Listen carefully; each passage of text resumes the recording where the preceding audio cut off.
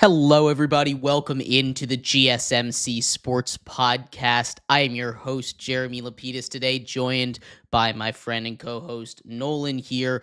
This is going to be a busy show. Lots to get into. We're going to get into a whole bunch of NBA topics. A new head coach has been found for the Phoenix Suns. We'll talk about potential head coaches in landing spots for the New York Knicks, as well as getting into some stuff surrounding the NFL. Saquon Barkley says he could retire early, some potential trade movements, and what the best college football playoff format is. But before we get into any of that, remember, if you would like to be an even bigger part of the show than you already are, all you need to do is go to gsmcpodcast.net.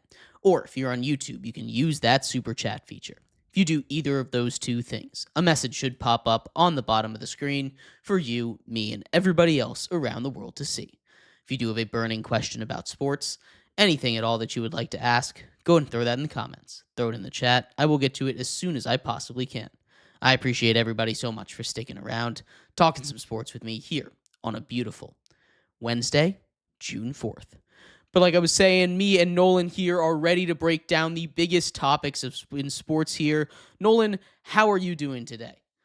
You know what? For being kind of gloomy where I am, I've had a great day. But a lot of news in sports today, so that's always keeping me interested. It's always nice when you have a lot of news, breaking news coming out in the world of sports. And like I said, no sun, but hey, at least we got news with the Phoenix Suns. Hey, little play on words right there. I want to try. Hey, I love it. We'll get to that in a little bit. We're actually going to start off up in New York. Same kind of idea. The coaching search over there has officially started. The New York Knicks are looking for the next guy after Tom Thibodeau brought in the most successful season as far as finishing in the last 25 seasons, leading them all the way to the Eastern Conference Finals, I should say, against the Pacers, taking down the Celtics, which is how this team was built. But now a time for change after Tom Thibodeau fired after this season. There are a lot of different ways that this could go. This is going to be a very important coaching search. There's some run-of-the-mill guys they could take, the favorites, of course, being guys like Mike Malone, a retread, rehire, a guy that's been around the league, a kind of staple in head coaching circles, a guy that was fired by the Nuggets earlier this season, has won championships before. There's lots of guys out there for them to get. But there's a lot of other names out there that I think might be a little bit better than the favorite in Mike Malone. And I'll start with you, Nolan. Who do you think is going to be the Knicks' number one target for their next head coach? And who do you think they end up hiring? Yeah, obviously, the market. It's Mike Malone. That is honestly, I think, is probably their best bet. But if I have to step away from that, if we have to step away from Mike Malone, we were just talking about this earlier. I think Mike Budenholzer would be a great head coach pickup. He's currently, not with a team, but through his previous experiences with the Bucks, winning an NBA title, he only had one season with the Suns. He didn't do. It wasn't even, he had a pretty. I won't say the most successful season, but it wasn't horrible for the spot he was put into. Yeah, he has Book, KD, but who else is really on the Suns that can really make the team a playoff contender? Bradley Beal. He was not playing his best basketball. We all know that. He signed for an unholy amount of money for the age that he is. And Bradley Beal is currently dragging down the Phoenix Suns with that paycheck. And them firing Coach Bolden, their coach, for it, absolutely unbelievable in my opinion. I think he should still be there. But, with him being out of a job, I think he can 100% be their next option. He's a great coach. Like I said, he won a ring in Milwaukee. And honestly, that team – that Milwaukee Bucks team that he won with is kind of a close replica to what this Knicks team is. Got a great big in Karl Anthony Towns and Giannis at the time. A lot of similarities in players. A lot of talent on both sides for him to go coach up like he's been doing his entire career. And he's always had successful careers when he has decent players around him. But the Suns this year only had two solidified All-Stars, and for a team that only has two All-Stars and really nothing else, you're not gonna be a dominant team like the Suns used to be. It'd be kind of funny though, go seeing him coach against the former team that he beat in the NBA Finals. But I think, or just no, he didn't do that. But it's always kind of funny. He coached one for the Bucks, to the Suns after he beat them, the Suns, and now he can go to New York. I think that'd be a great fit there, but that's just my opinion. There's a million other coaches, but I think Coach Budenholzer would be probably their best option. Yeah, I think Budenholzer's a really interesting one for sure. Budenholzer is a guy that you take a look at as having that kind of blue blood traditional experience in the NBA. But if they were looking for that, at least in my opinion, I don't think they would have fired Tom Thibodeau. Thibodeau is kind of stuck in his ways, and I mean, it's not necessarily that he's not a successful coach, because he's been the most successful New York Knicks head coach in the 2000s. In the last quarter century, he has been by far the most successful head coach. 3 straight 50-win seasons, 4 straight playoff appearances, all of these things that have been incredibly successful under his tenure. But he hasn't quite been able to get over the finish line. And that's been the big thing. You need a coach that's going to be able to take him over the finish line.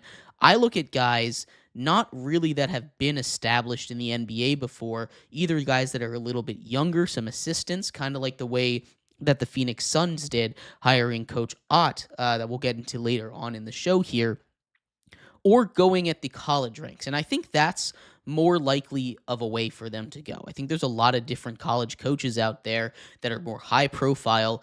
Getting a place like New York could really, really help their careers.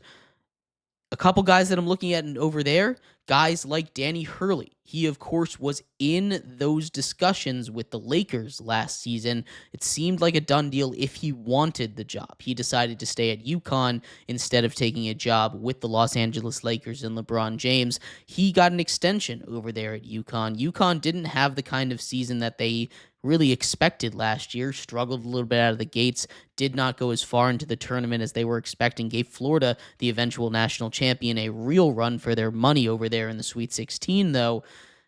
It's not necessarily a done deal that he could go to the Knicks, because he could very easily say he has a good situation staying in UConn, but he's my number one choice. And if you can't get him, a guy that has a lot of experience with players on that roster in Jay Wright, the former coach of Villanova, is a guy that I look at. He is one of the best basketball minds. He, of course, is not coaching anymore. He's on those analyst teams. But if he decides that he wants to get back into coaching the guys that he won national titles with, I think that's kind of the best way for the Knicks to go forward with this. There are a lot of different options, though. You seem to be more on the side of the traditional NBA brass. What do you think about getting a little bit younger or a little bit outside of that NBA sphere? Yeah, I mean, getting someone younger obviously is always going to be beneficial. A guy who has a different view on the game, so a guy, an NBA coach compared to a college coach, there's always different views on how to play the game. And especially nowadays with a lot of, younger guys getting hired, not only in basketball, but a lot of like NFL sports, NBA or NFL, college basketball, college football, MLB. I mean, a lot of younger guys are getting hired in a lot of different positions. And they all just have different views of the game. So yeah, 100%. Hiring a younger guy could be beneficial to the Knicks, but I feel like the Knicks are kind of like a traditional team. They've been around for a while, and they have high standards there. They're not going to go for some young guy who really doesn't have that many accolades, that many awards. They want to go for a guy who has solidified himself as a legit coach for or 10, 15 seasons, whether it be college or NBA, and go for him. I think a young guy would be great. We were talking earlier. Uh, one of the assistant coaches out of the Thunder, they're great defensive mind over there. But I mean, I think the Knicks are too traditional to bout to stay and say, yeah, we're gonna go for a younger guy. I think they're gonna go for an older guy, maybe a more tenured NBA coach. But yeah, I think Dan Hurley would be a great option as well. I mean, obviously Lakers talks last year, and honestly, at that time I really believed he was going to go to the Lakers. I mean, you cannot turn down LeBron James. I mean, you can't do that. But he wanted to go for a three-peat. Couldn't can't disclose that. That's one of the greatest things that college basketball coach can do. Only one other team has ever done that. He wanted to go for it. It didn't follow through, unfortunately. But I mean, if you're looking for college basketball, I think Dan Hurley is probably your best bet. I mean, he's not, he's not too old, he's not too young. He's right in the middle of, having good experience on, just being at UConn. And I think he'd probably be the best bet for going for, a college basketball coach, like you were saying. Yeah, and when you look at the top 5, at least for odds, where we're looking here, it goes Mike Malone, favorite, plus 125 if we're talking betting numbers here. Then Johnny Bryant, one of those young assistant coaches, is the second favorite at plus 400. After that, it goes down to the plus 1500s. You have your Jay Wrights, your Mike Budenholzers, your Rick Brunsons, which I think is really interesting having them all at plus 1500. A couple other names on this list that I find interesting. Monty Williams, after the way he flamed out in Detroit, I don't know if he's really the right option there, Nolan. I don't think he is either. As a Piston fan, seeing what he did to this team that I have so deep in my heart. I mean, he won 14 games. He took the Pistons team to a 14-win season, and I was really high on him. Coming off, he was a pretty solid coach there with the Suns for a few seasons, taking them pretty deep in the playoffs, whether it be the Western Conference Finals, Western Conference semis, whatever. I was pretty high on him. Even though with his lack of head coaching and the defensive side of the ball, he was very offensive heavy. His team he had over there, he had, Kevin Durant, Devin Booker. He had, obviously those superstar scorers who aren't really known well for their defense. And, so like DeAndre Ayton as well. But, yeah, him being even listed is kind of insane. I don't believe Monty Williams should ever be touching an NBA court ever again, even though he did just do really well with the Notre Dame men's basketball team this season. I didn't even know he was in Notre Dame until I saw a post at Notre Dame congratulating him on, I believe it was like being named like an all-conference coach. So congrats to him. But after what he did in Detroit, 14 wins, I don't think he should be an NBA coach ever again. No, I tend to agree with you. Probably not going to be touching the NBA court anytime soon. He's above or at least tied with those long odds. Guys like Taylor Jenkins, fired from Memphis earlier this season, an interesting spot. Dan Hurley down here as well as a name that I wasn't considering in John Calipari. He, of course, signed that massive deal leaving Kentucky, goes and joins Arkansas, takes them deep into the March Madness tournament, all the way down to the Sweet 16 after taking down a 2 seed earlier on in the tournament. It is a really interesting one because Calipari is a guy that I don't know if he wants to go up to that next level. Definitely not a guy that I would have pegged as another coach. But having those long shot odds, maybe they're hearing some names around him. What do you think about a guy like John Calipari or Jeff Van Gundy at these lower odds, these long shots? Yeah, Calipari, I don't think he leaves. He leaves Kentucky, one of, a blue blood, one of the best historical college basketball programs of all time. He needs to go to Arkansas. He is building something really, really good over there in Arkansas. His first season there, they were what March Madness? I believe like a 10 seven seed. seed, 10 seed. 10 seed, and they go on to beat St. John's, who are 2 seed in the round of 32. He beat Rick Pitino and the boys in New York. He is building something great there in Arkansas. Arkansas isn't really known to be I guess like a sports school. Football, they got some good seasons here and there, and basketball, and I guess they're mostly a baseball school. But I think Calipari is really there, and he wants to set a precedent of being a bet. They want to start becoming a basketball school.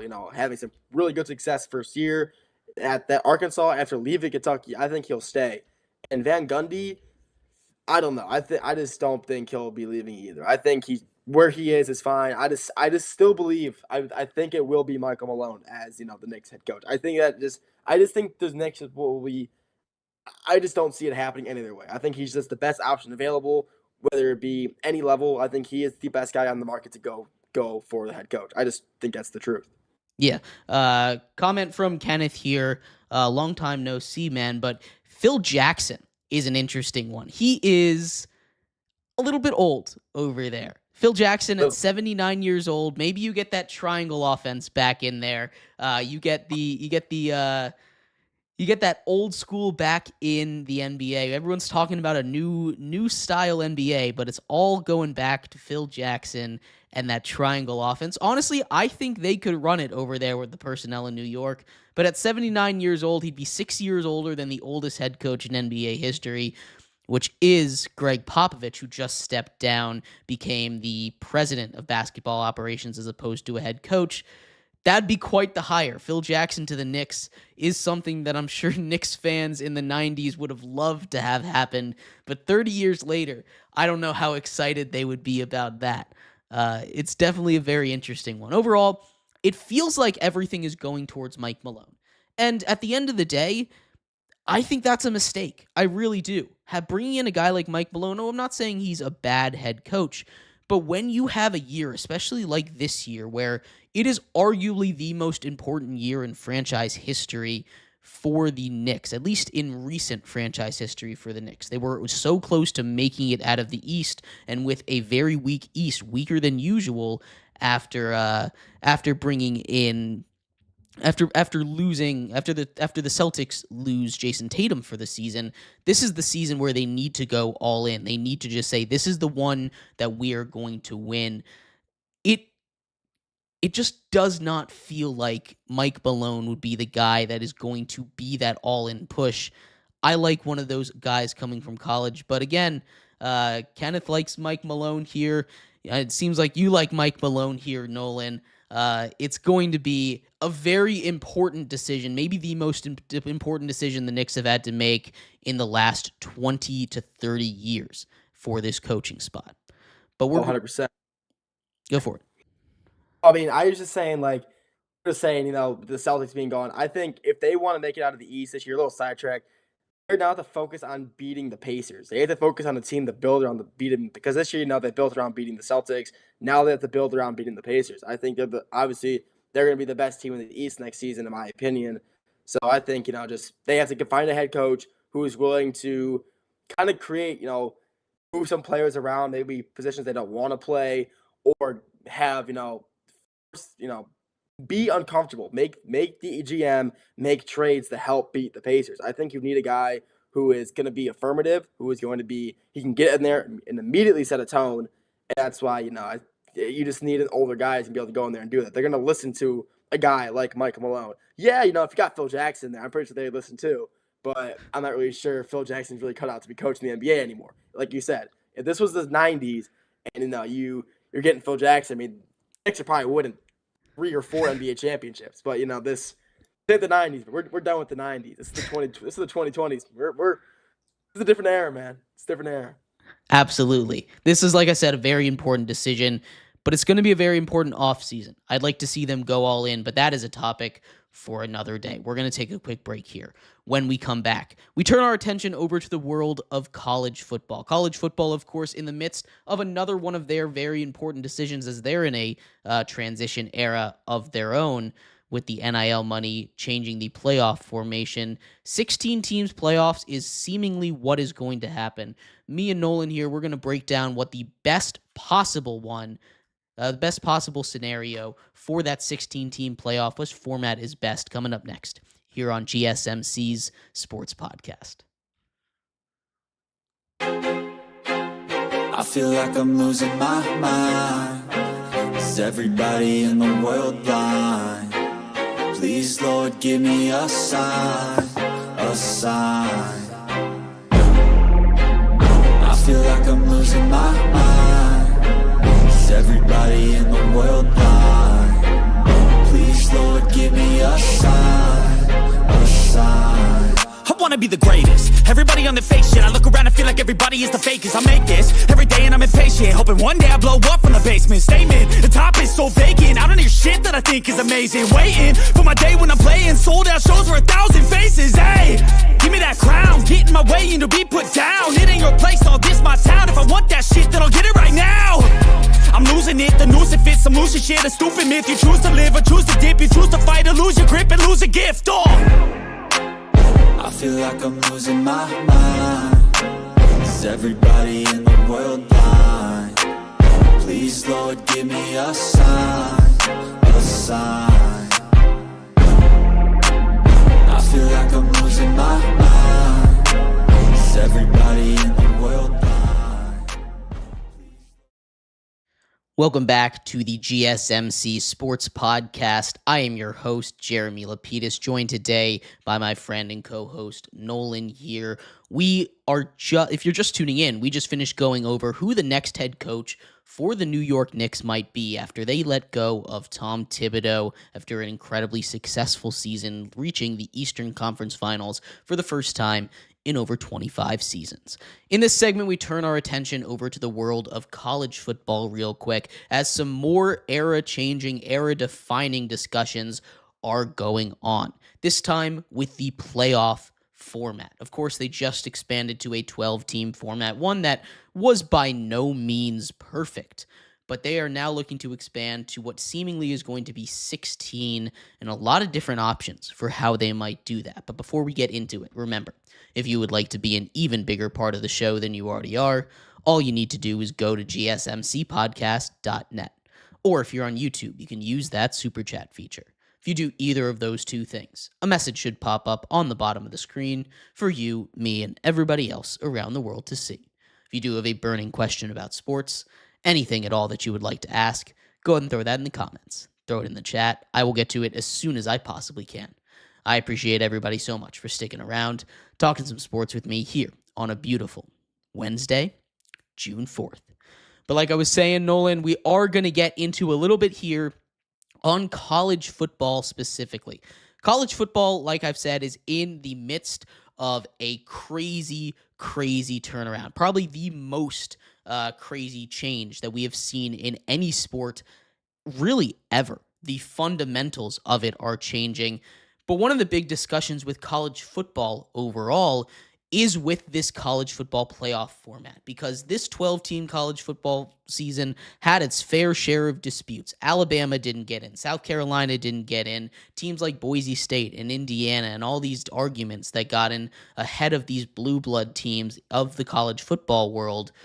Now they have the chance, with the SEC really truly in charge kind of with the Big Ten, to reshape exactly how this goes. There are a lot of different proposals out there. The 5+11, the 4+4, 4-4-2-2, the just straight up 1 through 16 seeding. There are a lot of different ways that they could do this 16-team seeding style. Nolan, what's your favorite one? If it was all up to you, if the NCAA came to you tomorrow, the president said, Nolan, I want you to pick how we do our 16-team playoff format. Which one are you picking, and why are you picking that one? Honestly, if it has to be 16, if it has to be 16 teams, I'm doing just the best 16. I think the best 16 teams make it. I don't think, Notre Dame, independent, maybe they're not ranked top 16, but they make it somehow. I mean, they're independent. I don't like that, these teams get, they're officially locked in just based on, winning their conference. Let's say, South Carolina, for example, just randomly. They win the ACC, or they win the SEC with a, I don't know, pretty poor record of like 8-4, just to say example. But let's say a team in the Big Ten, let's just say Northwestern, they're 5th in the Big Ten with a 9-3 record, and they don't make the playoffs because this SEC South Carolina team went 8-4 and they made it. I think it should just be the best ranked and best record between the first and the 16 seeds. I think the teams ranked at the end of the AP poll, the final AP poll, 1 through 16 should be the teams that make it. Maybe an exception. Maybe have like a qualifying game, like a play-in game, like March Madness does. Like a 17 versus 18 seed, and like the 19 versus 20 seed, maybe getting that 16, 15 seed. But I mean, I think it should just straight up be the best teams ranked at the end of the AP season, 1 to 16, and then go from there. I think it's just the easiest way to do it. It's just the fair. I think it's the most fair way to do it too, honestly. Yeah, no, there are definitely a lot of different ways to do it. And that straight up 16 one is a really interesting one. It's one that I haven't seen really proposed too much by these conferences, because they want that conference title game to mean something. And with that, it can really only hurt your conference to do those conference title games. If you're the Big 12, for instance, right? You have 2 teams, maybe 1 team right on that bubble. Say you have Arizona State and Colorado. These 2 teams are your 1 and 2 in the conference, and they're ranked 12th and 17th in the nation, right? If the 12th ranked team in the nation loses that game, there's no guarantee that that 17th ranked team is going to be good enough to get in with everything else going on in the college football world at that point. With the one I would lean more towards, and I like the idea of what you're saying of get the best 16 teams in, because I think that is the best way to do it and what they should be prioritizing rather than putting power in the hands of the conferences. What I would propose is my favorite version, the 5+11 model. The 5+11 model, for those who are for those who have not heard of it, is the top 5 ranked conference champions. So that's most likely, not a guarantee, but most likely going to be the Power 4, SEC, Big 10, ACC, Big 12, and then one group of 5 champion gets in. That leaves 11 spots for the best teams to get in. If we put that into practice in last year's system, we expanded it from 12 to 16 in the field. It would just be the top 16 teams in the nation. It would work exactly how you were describing, Nolan, where it would be the top 16, 1 through 16, as it was decided in that AP poll. The difference here is I like that winning the conference means something. We talk a lot about it when it comes to the NFL, especially with what's going on with some of the proposals that the Lions gave out for changing those top 4 seeds. But the way I look at it is I want the playoff system to be as fair as possible and just put the best teams in, while also giving representation to every school, as many schools as possible, right? There are 137 member schools in the FCS, in the FBS system, right? That is a lot of schools. Realistically, you're only going to get 30 of them that have a real shot of making the playoffs, 35, 40 of them. That's realistically how it's going to go, right? But giving these teams, these group of 5 teams, one team in there to root for, I know that's important to me as someone that graduated from a group of 5 school, a pretty solid group of 5 school in James Madison, and that might have a little bit of effect on how I look at this. But giving those schools opportunities, seeing a Boise State go out there and compete, I think was really cool to see. Getting these teams like Tulane into the national spotlight, like JMU into the national spotlight, like an App State, a Marshall, all of these teams into the national spotlight that deserve it can A, help spread out the talent around the sport, and B, just give that boost to some of these smaller schools, these smaller teams, these guys that could really use that national attention, could get more funding dollars that way, get more students to enroll, because sports go as the universities go a lot of times, and I think it would just be a really good idea. You get the most of the best teams with that system. It would probably be the top 15 teams in the nation, and then one group of 5 schools is generally how it would be in that system. Obviously, last year was a bit of an exception, but that's my favorite one. There's another one out there that's favored by a couple of the conferences, the 4-4-2-2 model. And this is my least favorite, Nolan. This is my least favorite one. I hate it so much. I've been very strongly advocating against giving power to one conference because we have talked about this in the past, how things change. You might be a dynasty now. Your conference, you're the SEC. You might be the where football, where it just means more conference right now. But 20 years ago, that was Miami. That was Nebraska. That was Colorado. That was all of these teams that, sure, they're still kind of in the national spotlight, but we're not talking about them as perennial powerhouses. We're talking about them as teams that could sneak into the playoffs. Things change. And to give all the power in an era where the power is going to be immediately shifted after the doomsday clock in 2031, based on how this goes, it's a very dangerous precedent to set. I don't know how it's going to go, but that's my least favorite. What are your thoughts on some of the other playoff models? I mean, 4-4-2-2 is definitely it's the one that I've seen. It's the one I dislike the most. I just don't like, having 2 conferences, having guaranteed 4 teams. I just don't think, each conference, they have enough teams to do that, but I just think that's just completely overwhelming. There should not be 2 conferences that have more than half the total playoff spots, or more than half if you're doing 12. It's just not fair to any other conference at all. I just think it's just not fair at all. But, there's been too many. I think there's just been too many, ideas thrown around. There's just so many options. And, I've just come across so many that I just can't really, just kind of decide on. That's why I still think the easiest way to do it, I still believe, is just, like, I think 5-11 is a good one. I think that's a really easy one. It's actually good. It's pretty fair too. The make the conference championship mean something. You win it, you get guaranteed playoff spot, and then the other 11 teams you got to fight for. I think that's pretty fair. I still believe, the 1 through 16 could be fair, but looking back on it now, from what I'm saying, compared to with the 5-11, I think probably 5-11 is probably the best one. But there's just, I don't know, there's just too many options out there to really. I don't know. I don't really like any other ones. I think either should just be the best 16 or 5-11. Those are the ones that actually make the most sense, and those are the two that I can actually see being regulated into an actual, college football atmosphere. The one last year wasn't too bad. For the first time ever doing a 12 seed, playoff, I thought, it was pretty fun. I really enjoyed it, seeing, SMU in the playoffs. That was awesome. They got, Penn State kind of gave them, they showed them what, a whiteout at Penn State's really about. But still, it was awesome seeing, a small team, like a smaller school as SMU, going into, Happy Valley and playing, for a prime time game. Notre Dame and Illinois. That was a great game to watch. The 12 team playoff is honestly fine. I wouldn't be mind if it kept with 12 and they just made it, kind of maybe reformatted it. But 16 is definitely probably the easiest, just 5-11. You're right there. So, I mean, there's just, I don't know. I just don't like how there's so many options thrown around, and the only two that I think would be honestly good to use is 5-11 and 1 through 16. That's my take. I think we kind of agree on that. I think from what we've both been saying, 5-11 is probably the best one, and hopefully that's the one to get implemented.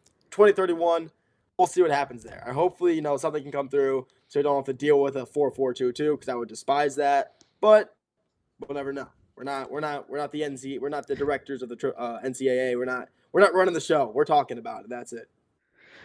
Just to play a little bit of devil's advocate there for you, though, in that 4-4-2-2 model, we do have what I think is one of the strong arguments, and it's one that Tate likes to make all the time whenever we talk about this. Look at the ACC. Look at the Big 12. There's no guarantee that they get a spot in that straight 16. There's no guarantee that they get 2 spots in those 5+11 models that we've been talking about. It guarantees these power conferences some spots, and that is something that I think if you're looking at the future for these conferences and you're saying, we know we're not going to be able to size up and compete. We know that these guys, the teams that we're putting out there, are not necessarily going to be one of the top 10 teams in the nation, are not necessarily going to be one of the top 15 teams in the nation. There might be a little bit more of a push there from the ACC, from Big 12, to get just a little bit more representation of their own. Now, if we're going off of last season, the Big 12 had a lot of teams up there. We talked a little bit about Arizona State, who, of course, ended up making the college football playoffs, but you also had BYU up there for a long time. You had a team like Colorado seem like they were going to make a bit of a push over there. Baylor made a push down the stretch. Texas Tech is going to be very good next season. There is a lot of ways for this Big 12 team, for this Big 12 conference to say we're here, and we're not scared of these other conferences. The ACC, on the other hand, they have their powerhouses. They have their Clemson, going to make the playoffs regardless. I feel very strongly about that. Florida State should bounce back. I can't imagine they'll be that bad again.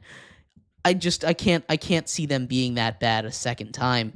You have outside of that, Louisville is a team that I really like how they have built their squad. They're a team over there. Virginia Tech, maybe they can get back to their winning ways, although they're a lot less likely to make the playoffs. You have a couple teams in each conference. Miami in the ACC as well. Syracuse was very loud last year. I don't expect them to be again this year, but still, there's a lot of teams that were kind of sitting around that top 25 that maybe you feel comfortable enough to not just enter into this 2 guaranteed spot while ceding even more power to the Big Ten and the SEC like they already have. It's going to be a very interesting thing to watch depending on what they actually decide, because this is going to shape the future of college football with NIL as the House settlement continues to get closer and closer to getting done.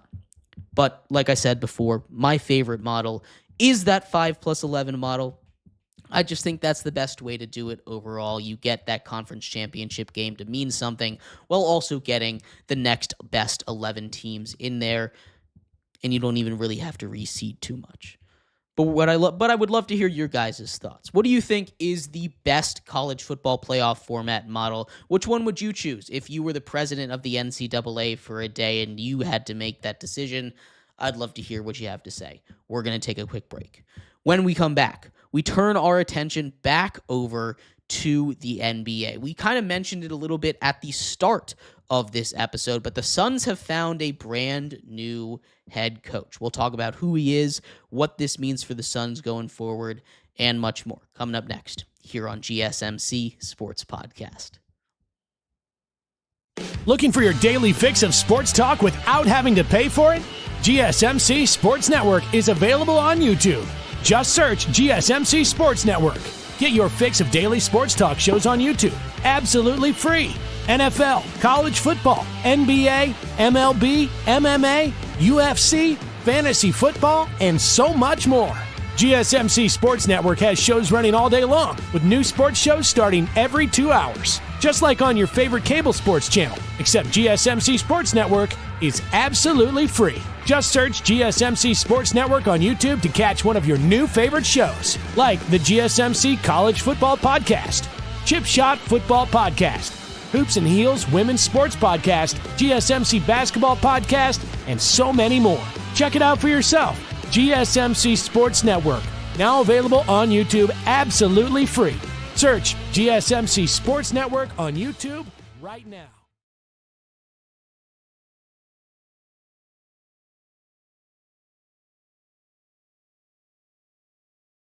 For the best and latest podcasts available anywhere, go to the podcast app on your cell phone and type in GSMC to access free content-rich podcasts on health and wellness, book reviews, sports, entertainment, relationships, social media, movies, technology, finance, and even weird news. Subscribe and download the GSMC Podcast Network's family of shows, available everywhere podcasts are found.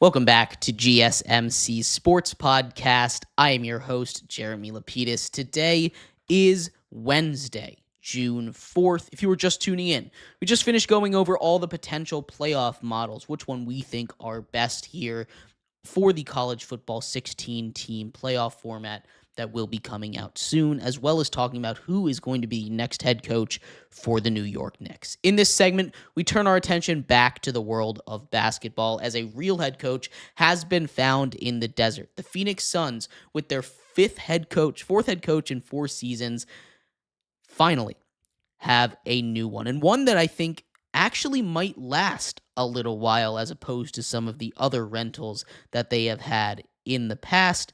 Jordan Ott, the new head coach of the Phoenix Suns. We'll talk about him in just a second. But before we do, remember, if you would like to be an even bigger part of the show than you already are, all you need to do is go to gsmcpodcast.net. Or if you're on YouTube, you can use that super chat feature. If you do either of those two things, a message should pop up on the bottom of the screen for you, me, and everybody else around the world to see. If you do have a burning question about sports, anything at all that you would like to ask, go ahead and throw that in the comments. Throw it in the chat. I will get to it as soon as I possibly can. I appreciate everybody so much for sticking around, talking some sports with me here on a beautiful Wednesday, June 4th. But like I was saying, we are going to get into everything we need to know here about Jordan Ott, the new head coach for the Phoenix Suns. He is now, again, that new head coach, the 4th head coach in the last 4 seasons. He gets a 4-year deal, magic number being 4 for the Suns after they've moved off of Mike Budenholzer. This is a Suns team that has its fair share of problems, right? It's not going to be an easy fix for this team. He was the Cavs assistant coach last season, coming on to the staff of the coach of the year over there in Kenny Atkinson. Now gets his chance in the limelight. He is going to be that guy handpicked by Devin Booker, which I think is really interesting as we talk about the future of the Suns and where they might go from here. But before we get into that, talk to me a little bit, Nolan, about Jordan Ott. Is this a good hire? A young guy coming over from Cleveland, coming off of a very good season over there. What do you think of this hire? Yeah, I mean, he's 40 years old. He's not the youngest guy in the world, but he has experience. He just came off, like you said, 64-win season with the Cavaliers, the best record in the Eastern Conference. And from the past, coaches from Cleveland that have moved on, a lot of success. Obviously, the main guy, JB Bickerstaff, leaves Cleveland, goes to Detroit, absolutely dominates. 44 wins, playoffs. I mean, first time in the playoffs for about 6 years at that point. I mean, granted, he was the head coach, but still, I mean, he was basically an interim. He was like a backup head coach. He was very well rounded. He was allowed. He was their backup guy, and I really didn't really think he was going to be the Suns' go-to guy. I really thought there could have been a lot of other options out there, especially there's just a lot of other coaches, and like I was talking about earlier with the Knicks. One of the other guys from Oklahoma City, Dave Bliss. He's kind of one of the guys I kind of would have saw coming. The Suns aren't a very defensive heavy team, but Dave Bliss is. I think he could have came over, and the Suns are a great offensive team. They don't need any more offense. They need defense, and he would have definitely helped build up that defensive scheme. But Otto, break. I mean, obviously he's in Cleveland. I didn't really know the guy much until the news broke today. I don't really know. I don't go deep into NBA assistant coaches, and that's not my forte. But I think it's definitely a good pickup for the Suns. A young guy. Hopefully, he can kind of go in there, bring some energy, bring some sparks. Because if you watch the last 10 games of the Suns, at least I guess followed along, you would see they basically gave up. Obviously, all their starters are resting, their backups in, and they weren't even trying. It's just a really bad spot right there in Phoenix. And this Ott can definitely come in, hopefully bring some energy to this franchise that desperately needs it, and can maybe bring them back out of a slump that they're currently in. Going 36-46, missing the playoffs. But hopefully he can come in, bring some energy, bring something positive to this organization. They can hopefully get them out of the gutter and maybe make it to the playoffs once again.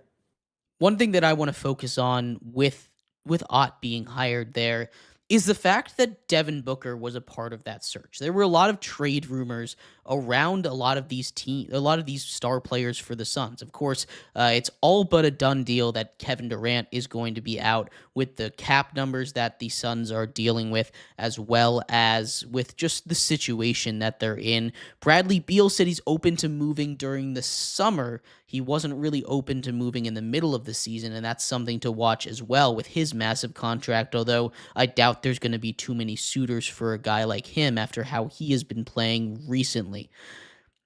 You keep Devin Booker, though, because he has decided and he has been a part of this head coaching search. There are also rumors around him. I heard a lot of rumors about him potentially being traded to a team like the Pistons, being moved off of as the franchise guy, which I thought was going to be a mistake. You can't really just get rid of everything if you're the Suns, but you do have to hit that reset button at least a little bit. And bringing a guy like Ott, a guy that is focused on that offensive side, has a little bit of effect on the defense, kind of fits that Suns vibe a lot, how that team is built. But with the fire sale that's kind of going to come out of this Phoenix Suns team, moving off of Kevin Durant, kind of resetting that franchise, resetting it once again around a guy like Devin Booker as opposed to around KD, extending their championship window, I should say, is going to be a huge part of it. I like this move a lot, but it does kind of say a lot about where the Suns go in the future from here, and it does confirm that Devin Booker is going to be a part of that future plan, which I think is super interesting.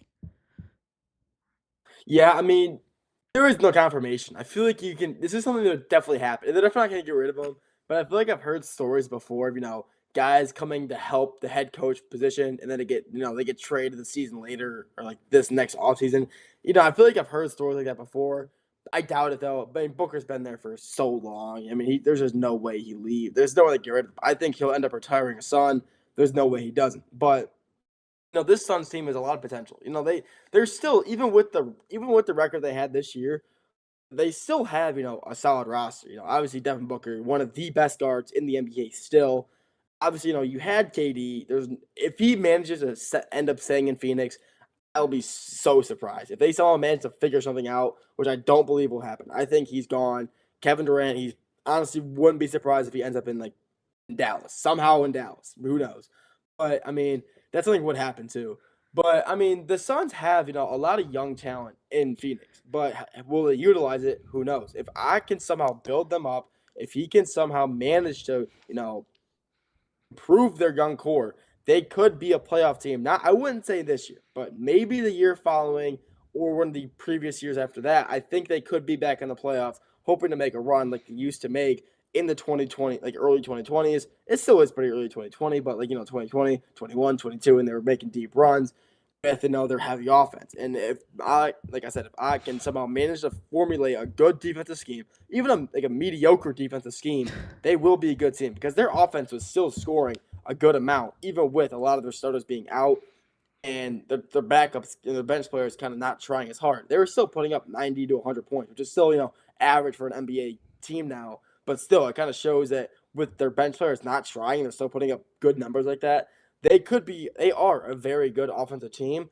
It's just a matter of, can they build a good defense, a mediocre defense, to hopefully get them past the hump and into the playoffs once again, which I think could definitely happen if I can build it up right. Yeah, one of the more interesting things with the Suns this offseason that I want to get into just a little bit is where Kevin Durant is going to end up, because he is a little bit older. He's 36 at this point, I believe. He's somewhere around there in age. This is a guy that is undoubtedly still a top 10 player in the NBA, probably. He is someone that can definitely help a team win. And I've seen a lot of win now teams out there that could go out and get him. He's going to have a lot of serious interest in him on that trade market. A team that we talked about a little bit that kind of has to go all in this season that I think would be a really interesting spot for him. A spot like the New York Knicks. That's somewhere they could go. You also have a guy like Giannis on the market. It's going to be a very busy offseason for the Suns, for Kevin Durant. A place like Minnesota that hasn't quite been able to get over the hump, 2 straight conference finals for them. These are the places that we're looking at for the Suns to potentially move him off. Where do you think he ends up getting, and where do you think Kevin Durant ends up landing? And what kind of package do you think it's going to take? How many first-round picks for a guy who's more like a rental than a long-term option? Yeah, I mean, like you said, he's 36. At this point, you're getting him for 1-2 years, maybe 3 years. I mean, you're not signing him for a 5-year, $200 million contract. You're getting him for 3 years, $60 million. You're getting. He's still a great player. He's gonna want a lot. But he's just age. The age is a big factor. Even though he's still playing, like you said, I think, a top 10 player in the NBA, averaging 25 still. I mean, he's still a phenomenal playmaker. But where he's going to go, New York would be a very interesting spot. The New York, they have picks to give, and they have some players to give. If they want to get rid of some guys, they could get rid of, I could see, Mikal Bridges, maybe Mitchell Robinson. They do not have a big in Phoenix. Their big right now is Mason Plumlee. And, no disrespect to Mason Plumlee, but he should not be a team's starting 5. It should be, if they want to get rid of Mitchell, if they want a good starting 5, Mitchell Robinson would be a good starting 5 for Phoenix. So they can get Mikal Bridges, Mitchell Robinson, maybe, a guy like Cam Payne or not Obi Toppin, like PJ Tucker, who's on the Knicks right now, and maybe, a first-round pick, 2 first-round picks. And I think the Suns probably end up giving away, Kevin Durant and probably a young guy or two to get a good trade going. I think he could definitely end up in New York, but he could also end up in some random spot where nobody sees coming. Maybe he goes. People are speculating he goes to the Miami Heat. I can see that. Miami is a team that has a lot of talent. They are a pretty young team centered around. Honestly, I think they're centered around Adebayo. I think he is obviously the best player. Obviously, you have a great player in Tyler Hero, young star. Jamie Vasquez. I can't say his last name for the life of me, but Jamie Vasquez, I believe that's how you say it. Hawkins. But I mean, how is it? Yeah. How do you say it? Sorry. Hawkes. Hawkes? Yeah, I was never close. Yeah, I've never been close to that in my life. Okay, but you have a young star like it. I mean, the Heat are a very young team, and I could definitely see the Heat maybe making a push to get him. If they can get a good scorer like Kevin Durant for a pretty, not heavy scoring team, they could definitely make some noise in the East and maybe not be an 8 seed, have to go in the play-in. Maybe they'll be a 6 seed or a 5 seed and not have to worry about, losing to the Cavs in 4. We'll have to wait and see. Yeah, no, there's definitely a lot of different places for him to land. But this hiring of Ott, a kind of younger coach in the grand scheme of things at 40 years old, having Devin Booker in the room as kind of a committal to him. This shows the Suns are ready to go to the future. They tried to go all in on that win now mode, and it just didn't work. They're not as down bad as the Nets are after their all in push with Kevin Durant and friends, but this is still a team that is not in the greatest situation. The good news is no team in the NBA has any cap space other than the Nets this offseason, so it's not like it's going to be a super big free agency market. So guys like Kevin Durant on the trade market, guys like Bradley Beal on the trade market are going to be a lot more valuable. So it's going to be very interesting to watch what the Suns do as they move forward into this new era of Suns basketball. But we're going to take a quick break. I'd love to hear your thoughts on what you guys think about this Ott hiring. When we come back, we're going to turn our attention over to the NFL.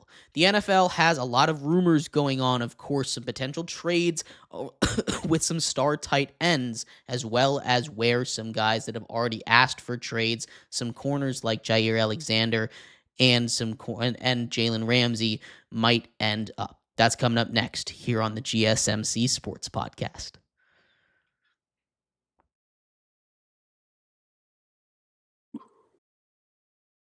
For the best and latest podcasts available anywhere, go to the podcast app on your cell phone and type in GSMC to access free content-rich podcasts on health and wellness, book reviews, sports, entertainment, relationships, social media, movies, technology, finance, and even weird news. Subscribe and download the GSMC Podcast Network's family of shows, available everywhere podcasts are found.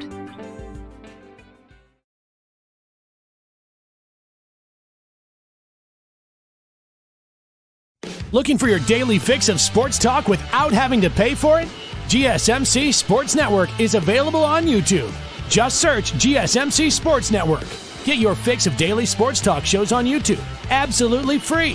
NFL, college football, NBA, MLB, MMA, UFC, fantasy football, and so much more. GSMC Sports Network has shows running all day long, with new sports shows starting every 2 hours. Just like on your favorite cable sports channel, except GSMC Sports Network is absolutely free. Just search GSMC Sports Network on YouTube to catch one of your new favorite shows, like the GSMC College Football Podcast, Chip Shot Football Podcast, Hoops and Heels Women's Sports Podcast, GSMC Basketball Podcast, and so many more. Check it out for yourself. GSMC Sports Network, now available on YouTube absolutely free. Search GSMC Sports Network on YouTube right now.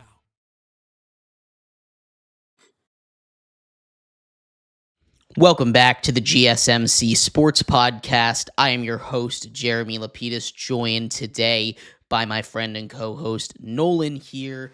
We have covered a lot of stuff in our first hour of the show. We talked about head coaches in basketball, a new one in Phoenix, and who might take over that position in New York, as well as what's going on in college football with the playoff formats. In this segment, we turn our attention to the king of all sports, the NFL. There are some trade rumors specifically around some very solid tight ends. Kyle Pitts potentially on the move, Jonnu Smith potentially on the move, and more. We'll talk about that in just a second. But before we do, remember, if you would like to be an even bigger part of the show than you already are, all you need to do is go to gsmcpodcast.net. Or if you're on YouTube, you can use that super chat feature. If you do either of those two things, a message should pop up on the bottom of the screen for you, me, and everybody else around the world to see. If you do have a burning question about sports, anything at all that you would like to ask, go ahead and throw that in the comments. Throw it in the chat. I will get to it as soon as I possibly can. I appreciate everybody so much for sticking around, talking some sports with me here on a beautiful Wednesday, June 4th. But like I was saying, Nolan, we're going to get a little bit here into NFL football. There's still a lot of offseason to go, but as a team like the Pittsburgh Steelers and OTAs continue to start, they continue to be in the news, not just because they don't really have a quarterback and Aaron Rodgers has been in the news a little bit, but because of the tight end situation, which is not what you would have expected with a team that has a guy that is so beloved as Pat Freiermuth. There had a tight end go down they had a tight end go down with an Achilles injury earlier on in the OTAs, but there's been a lot of talk surrounding trade between them and the Dolphins, with tight end Jonnu Smith being involved. Jonnu Smith, of course, had a breakout year last season with Tua Tagovailoa, really even without Tua over there in that Dolphins system. He ended up being a Pro Bowl level tight end, one of the best tight ends as far as counting stats go last season. He is a very interesting piece. He's a little bit older, so I'm not sure how much this trade is really going to be worth, but he's looking for a brand new contract. To the Steelers, does that make a lot of sense? What do you think about this Steelers looking for a new tight end kind of situation? Yeah, I mean, obviously Pat Freiermuth. He is one of the best tight ends, not only in the AFC, honestly, in the NFL. He is so good. Honestly, I know that because fantasy. He was my fantasy tight end. Great for me. But I mean, Pat Freiermuth is a great tight end. They don't need a new tight end one. What they need now is a good tight end two and a good blocking tight end. So if they want to run, some power back or some double tight end scheme, and they want to, get a run play out of it, maybe go for a quick shuttle pass or something like that, they need a good tight end too who's going to be able to control the line, get off his block, and maybe go, find an open route. And I think, Jonnu Smith is a great option. Obviously, like you said, Kyle Pitts, he's looking to get out of Atlanta.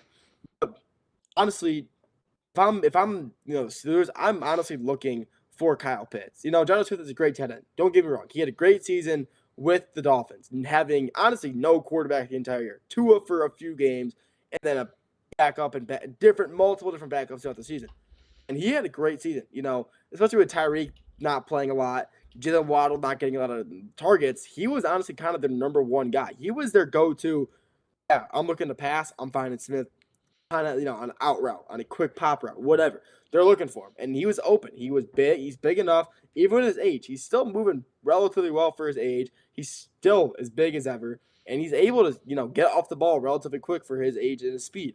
And he gets the ball. He's a great catcher. He has plenty of receptions. He was a great tight end, and he's a great receiver. But Kyle Pitts is honestly, I just think he's better than him in all those categories. I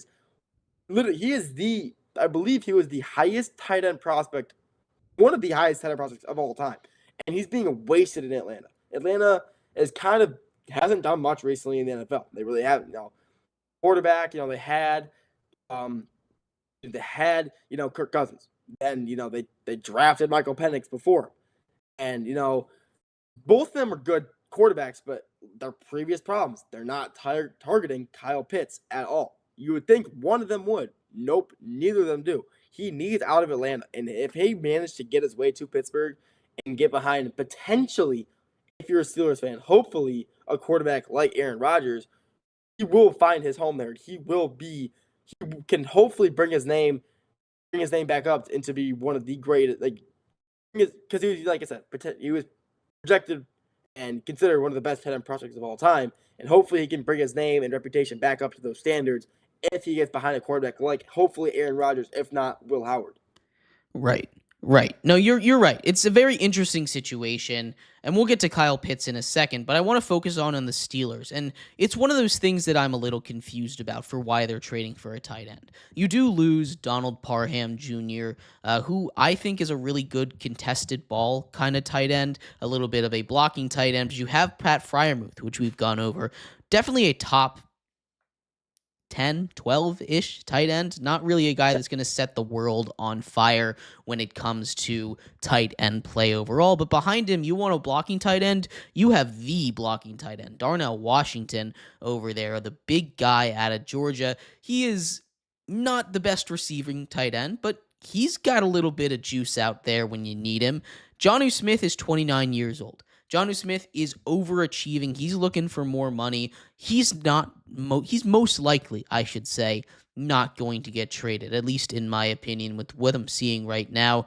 I think the Dolphins are looking at all these options, and there have been rumors around Kyle Pitts. That one being interesting. I just don't think he is going to be a kind of guy that goes to the Pittsburgh Steelers. The Steelers, if they're making a trade, it's going to be more for a Jonnu Smith level tight end, a guy that, can kind of play a wide receiver position. As much as Kyle Pitts can do it, he's going to be too expensive for the Steelers in their current situation. I think Kyle Pitts also, and maybe I'm being my truth pill over there from Kyle Pitts, my Kyle Pitts truth pill over there. I'm not done with him. I think he's someone that still has the ability to be a very impactful tight end in the NFL. In limited action with Michael Penix, he is someone that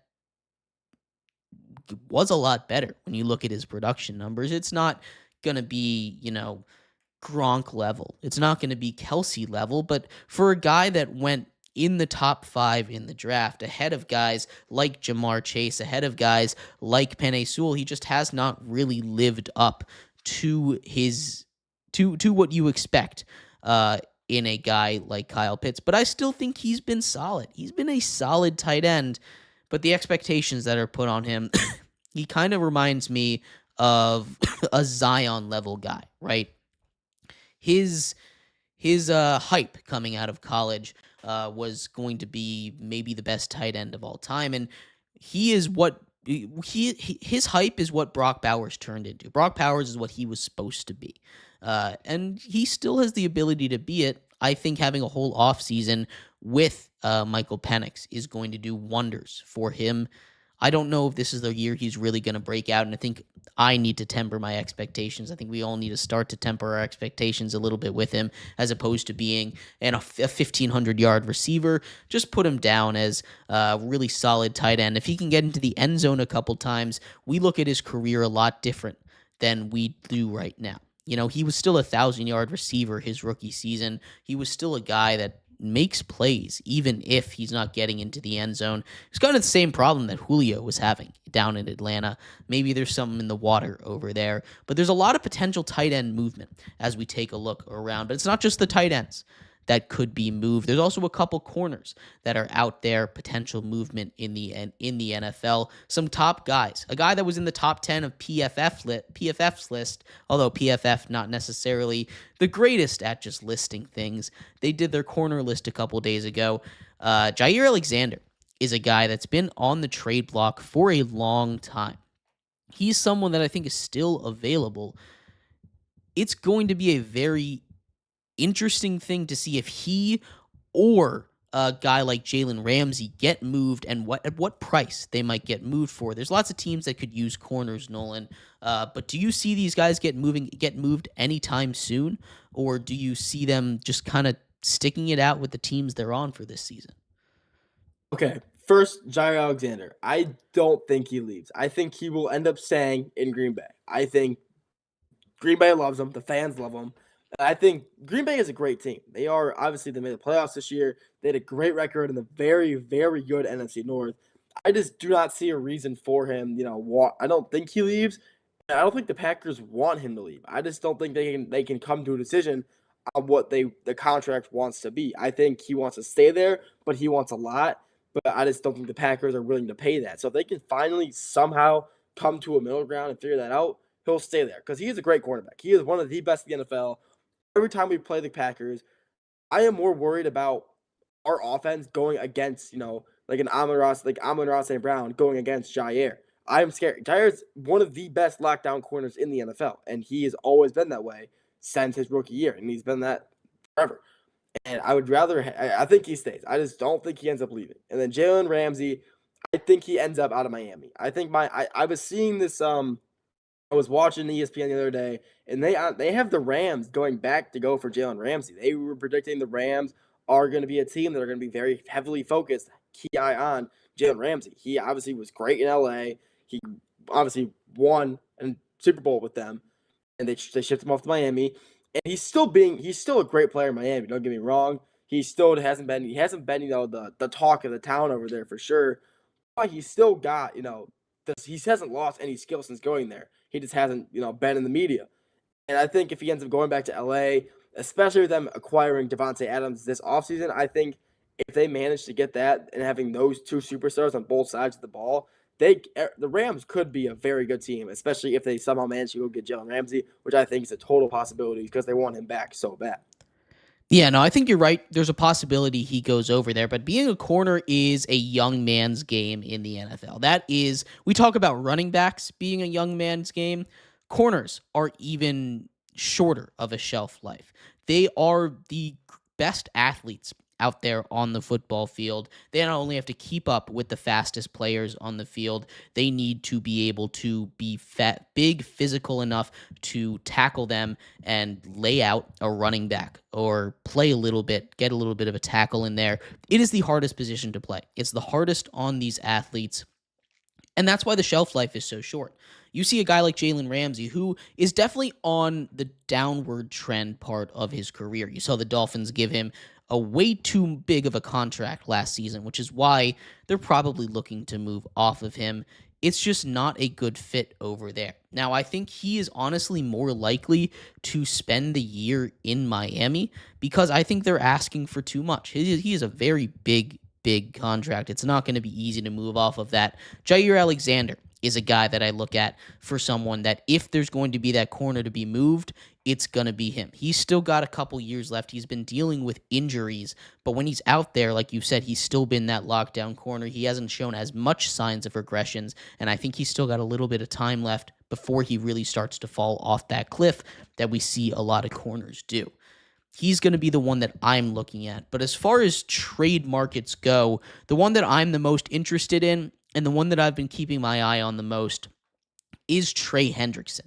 Trey Hendrickson from the Cincinnati Bengals, seemingly done with them. It seems like everything that's coming out, they have fractured a relationship with the guy that led the league in sacks last season. And while he's not the Myles Garretts, the TJ Watts of this world, he is someone that is still incredibly efficient and effective off the edge, despite not having a lot of help on the other side. Sam Hubbard is gone. That is a Bengals defense that needs a lot of help, but they could still get a lot for Trey Hendrickson. You talk about diminishing returns for a cornerback, you're not really getting diminishing returns for a guy like Trey Hendrickson, who's still, yes, he's a little bit older, but coming off of a season like that, this is about as valuable he's going to get. But they're starting to lose leverage as more public comments come out here. A team like the Washington Commanders, a team that I thought would really go big on an edge rusher this offseason or in the draft, did not quite get it done. They can go in on Trey Hendrickson. They have the cap space. They have the picks to get it done. That is a spot that I really like, as well as the Green Bay Packers, both on the NFC side of things. If they're willing to trade in the AFC, maybe we look at a spot like the Bills. What do you think's going to happen with a guy like Trey Hendrickson? Yeah, I mean, there's no way he ends up back at the Bengals. There's been too many comments. He has publicly came out and said, this is a few weeks ago, maybe things have changed, but he stated that, they've cut off ties with him. The Bengals have basically cut off ties with him, so he's cut off ties with them. I just don't think there's any way he ends back up in Cincy. But the Bills, they did sign Joey Bosa this offseason. So, combining that defensive line, Bosa, who's still got gas left in the tank, plus Hendrickson, one of the best, interior defensive linemen and, edge rushers, wherever you want to put him in the NFL, even for his age. I mean, he's still young. He was the Bengals' heart and stone of the defense. He was honestly probably the only guy, if you're like not a Bengals fan and you think of the Bengals defense, he's probably the first guy you think of. He was their best player on defense. He was their third most paid player behind Joe Burrow and Jamar Chase. And there was a reason for it. He's just that good of a player. So if he ends up going to, the Bills, honestly, I would not, we say this every year because, they have all this talent, but they could possibly get past, their AFC Championship slump and maybe make it to the Super Bowl. But, a team like Green Bay, obviously, me being an NFC North fan, I would hate to see that. He's so good, especially us losing Frank Ragnow. That's who the guy he'd be going up against, most likely, wherever he ends up playing. But, I would not like to see him in Green Bay. And Washington, he could be an elite piece over there in Washington. He's everything the Commanders need. The defense is still pretty solid. They still got, Bobby Wagner still leading the defense. I'm surprised he's still there. I honestly kind of thought he would have retired after the season. But he's still got, he's still moving and grooving. So they managed to go get him for whatever, because I believe the Commanders have a good amount of cap space over there. They're not spending a lot of money on a lot of players. They have plenty of money to spend. So if they wanted to, they could probably get him for cheap, maybe a little more, and still have money left over to go get someone else to pair him up with. I think that's definitely a possibility. Yeah, the question is just how much is Trey Hendrickson going to cost? You talk about a guy who, yes, is a little bit older, but is coming off of his best season of his career. 17.5 sacks, leads the NFL over there. Sacks, a very sexy stat, of course, but it doesn't tell the whole story of the game. He's not necessarily the best defender over there, but getting nice pressure off the edge, it loses a lot for the Bengals. What's the kind of return you expect for him? Because he's going to need a new contract as well. You're going to have to pay him. Is it a first-round pick? Are we talking seconds, thirds? What's the price tag on a guy like Trey Hendrickson, do you think? I mean, he obviously, if you're looking at stats, I mean, like you said, a very sexy stat. If you're looking at just that alone, you're looking to get him for 2 first-round picks and some, maybe one. I mean, he's still, even at 30, I mean, he's still, like I said, he's moving well, and he's moving really good. And the Bengals are they're willing to offer him. I'm not sure the exact amount, but obviously he wanted more. I'm assuming they were trying to cheapskate him out of some good money for how good he was playing.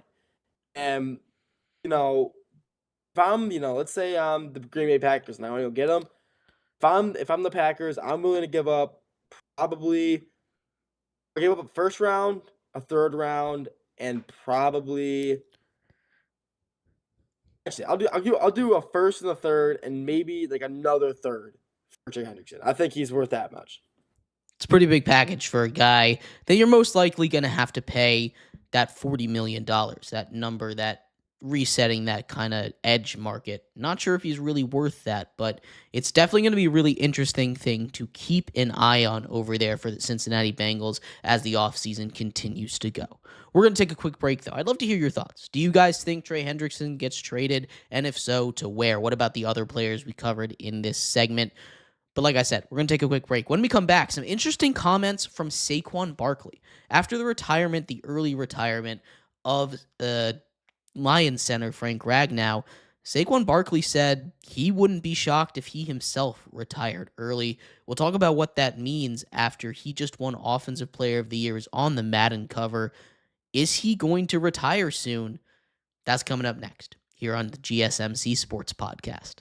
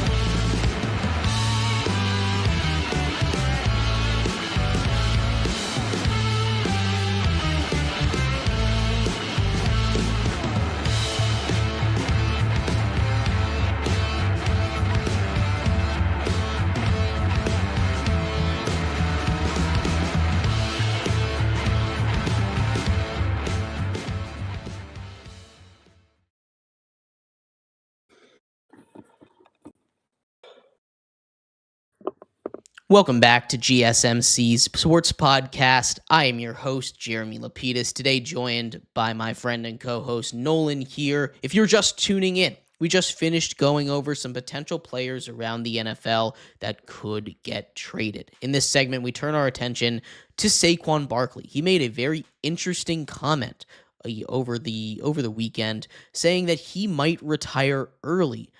In a couple more words, he said, "One day I might be ballin'. The next day I might just say it's time to hang it up," a la Barry Sanders, his favorite player, a guy that he gets compared to a lot. An interesting discussion to have. Is this a trend going on in the NFL here, and how much longer is this going to go on for, that we see these guys retire early, especially after Saquon had such a year like that? But before we get into that, remember, if you would like to be an even bigger part of the show than you already are, all you need to do is go to gsmcpodcast.net. Or if you're on YouTube, you can use that super chat feature. If you do either of those two things, a message should pop up on the bottom of the screen for you, me, and everybody else around the world to see. If you do have a burning question about sports, anything at all that you would like to ask, go ahead and throw that in the comments. Throw it in the chat. I will get to it as soon as I possibly can. I appreciate everybody so much for sticking around, talking some sports with me here on a beautiful Wednesday, June 4th. But like I was saying, we are going to get into those comments from Saquon Barkley here, Nolan. It's very interesting and maybe a little scary for the Eagles star running back after having a historic season, nearly breaking the single season rushing record. If you include the playoffs, he did break the single season rushing record. He had an incredible year, culminating in an Offensive Player of the Year berth, just being named Offensive Player of the Year win, I should say, a Super Bowl championship, and being named the cover athlete of Madden. Now that comes with its own thing, curses on curses on curses, right? But regardless of that, the conversation that we're having right now is this possibility of Saquon retiring early. He is someone that has for a very long time been an incredible running back. Right now, finally getting that recognition as the best running back in the NFL after going over to the Eagles. He signs an extension. To hear stuff like that, how scared, scale of 1 to 10 for you, Nolan, are you, if you're an Eagles fan, for him to retire a little bit early? Yeah, I mean, like you said, he's quoting Barry Sanders, possibly, obviously, in my opinion, one of the best running backs of all time, honestly, the best running back of all time, in my opinion. And just like Sanders retired very early into his career. He retired. He had 10 seasons in the NFL. Saquon's already been in it for 7 years, 7 to 8 seasons now. And if he wants to take the same path Sanders did, he's already gone in 2 seasons. And if I'm an Eagles fan, I'm a little nervous because Saquon Barkley has proved to be the second best running back in the NFL last year, maybe the best. Derrick Henry and him, maybe, or Jahmyr Gibbs. Those are the top 3 in my opinion. But he can prove. He just proved he left the Giants. Sorry, you're a Giants fan. That probably must have stunk for you. But, he left the Giants after being there for years on end. He leaves, wins the Super Bowl his first year there. And if I'm an Eagles fan, I wouldn't be more nervous. I would just be kind of more mad. I wouldn't want my superstar player, my running back who we just got, to leave only after, 2 or 3 seasons. I'd want him to be there as long as he can. But obviously, as a player, as himself, he's got to focus on what's best for him. And if he thinks retiring early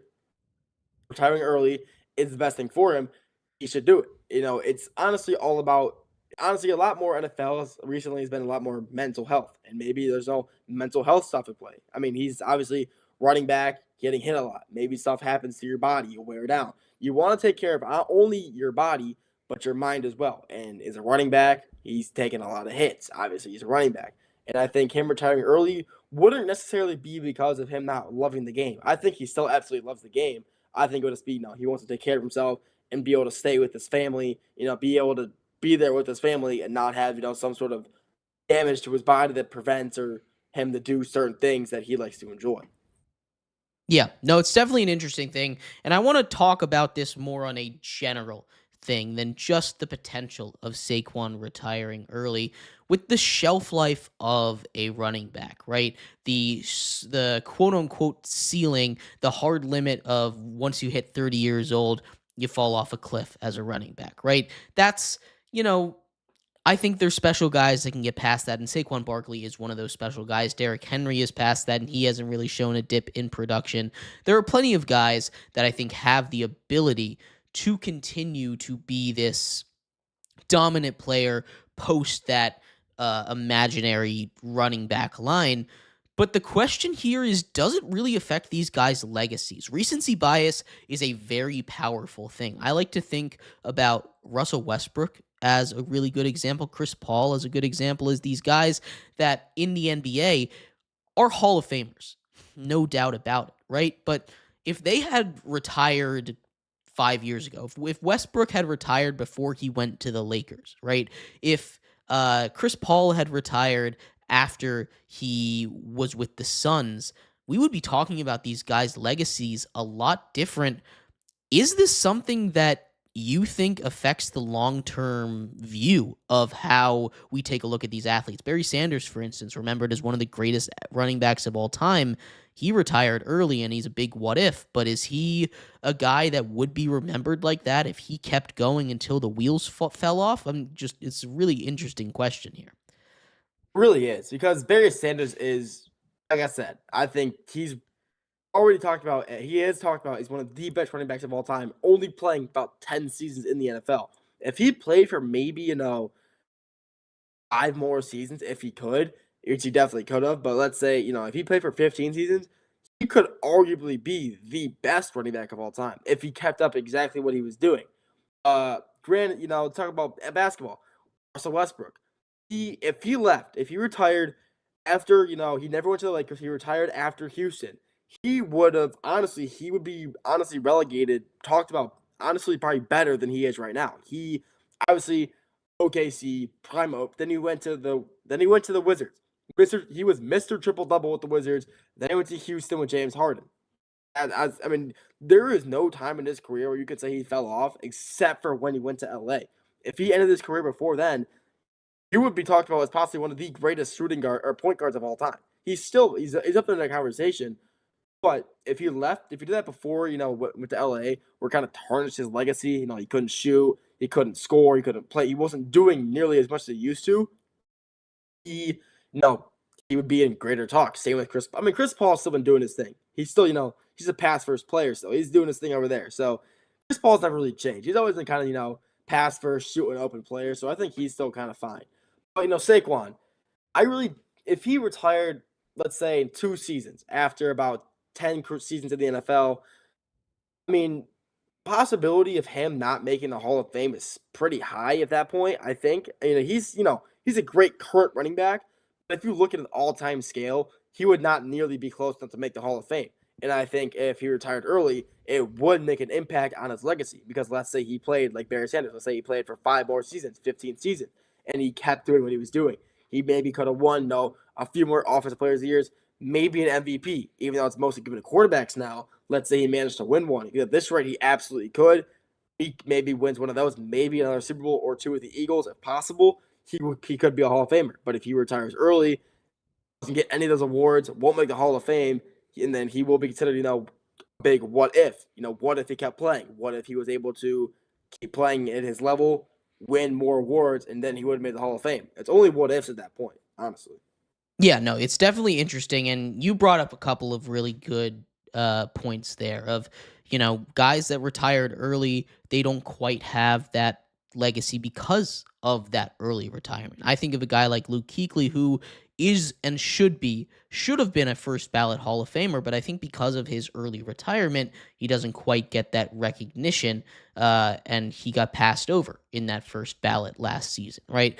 There are guys that should be remembered more fondly than they are, either because they stuck around too long or they left too early. And it's kind of an art form to figure out exactly when to retire. It's not an easy thing to do because, a lot of times these people, they want to go until the wheels fall off, and sometimes there's just a little bit too much for your legacy, right? And people have that bad taste in your mouth at the end, like a Celtic Shaq, for instance, right? People don't talk about that, but those things happen sometimes.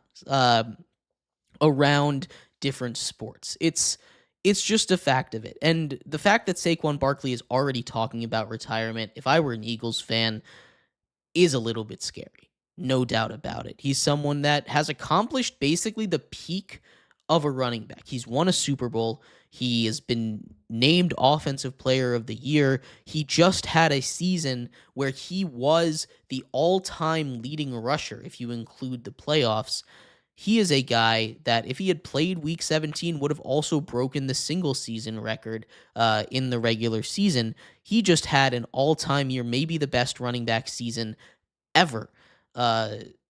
And he's coming off that already talking about retirement. So I think it's a little bit serious, right? If I had to put my panic meter on it, right, my 1 to 10 panic meter, I'm putting it at about a 6 right now, because he's not talking about right now, but you lose out on a couple years of a prime Saquon Barkley. That hurts this Eagles team that is so much built around him and that run game, specifically with Jalen Hurts. Even though they do have a lot of those very strong wide receivers and weapons, it hurts them a lot. And to have him already have his mind thinking about it, not necessarily a great sign for the future, I don't think.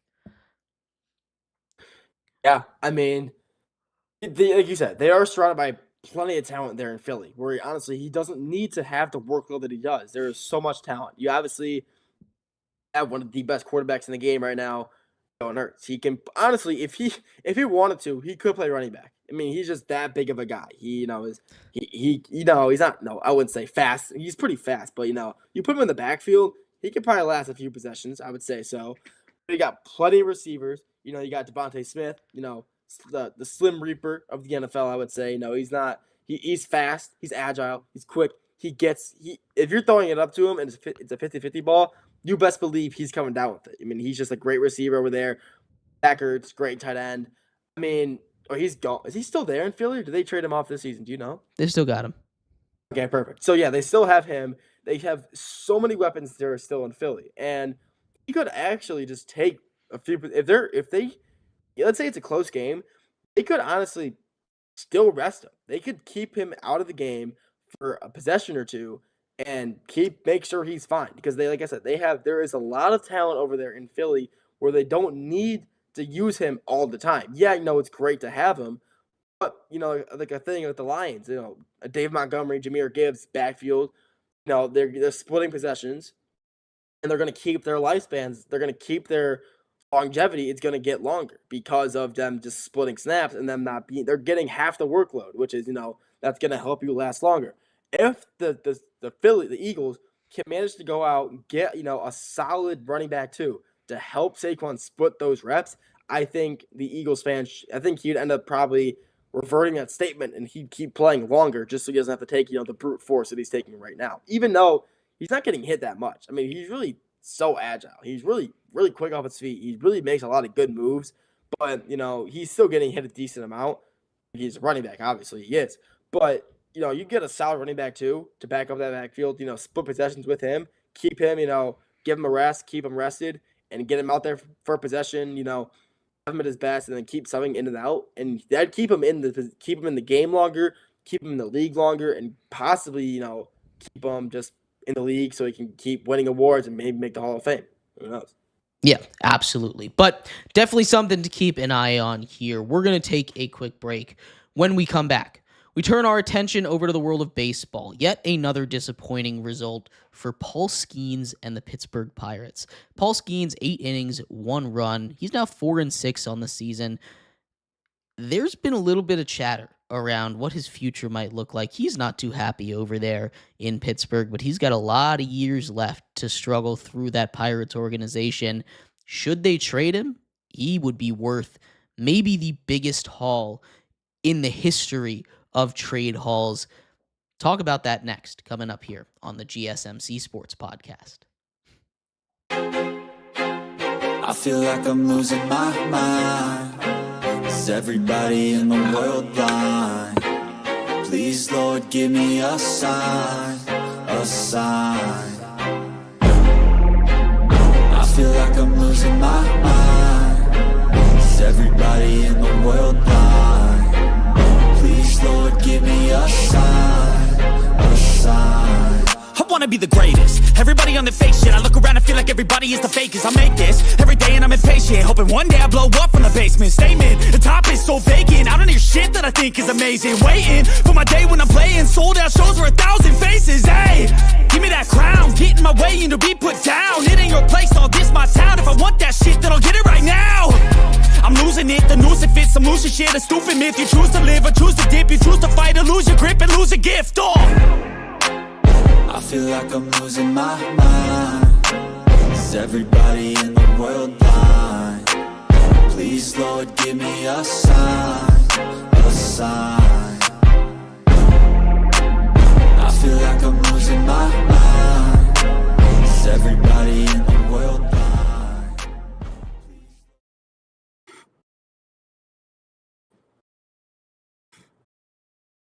Welcome back to the GSMC Sports Podcast. I am your host, Jeremy Lapidus, today joined by my friend and co-host, Nolan here. If you're just tuning in, we just finished going over a lot of stuff in the NFL, some potential people that might get traded, including Trey Hendrickson, as well as what the future might hold for Saquon Barkley with a potential early retirement on the way for him here. We're going to turn our attention over to baseball for a second, though, before we get too deep into football, as yet another disappointing result for Paul Skeens and the Pirates last night. 8 innings of 1-run baseball against the Houston Astros, and he still gets tagged with the loss. He's 4-6 on the season with a 2.04 ERA. He well is on his way to win the National League Cy Young after just 1 year of service time, where he was 3rd in Cy Young voting last year. Arguably the best pitcher in baseball, probably the second best pitcher in baseball right now.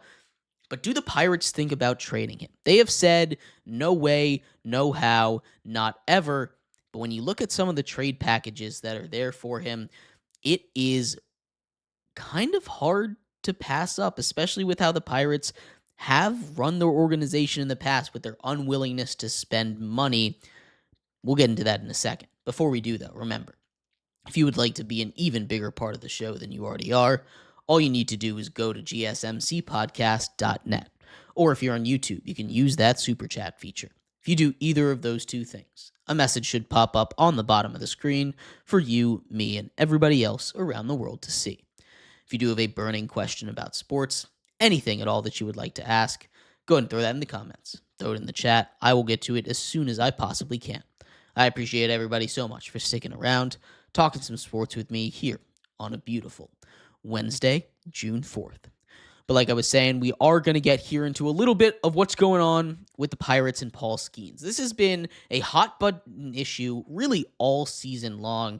The Pirates are an organization that have historically not paid their guys, have historically kind of let down their guys when they needed to be there the most.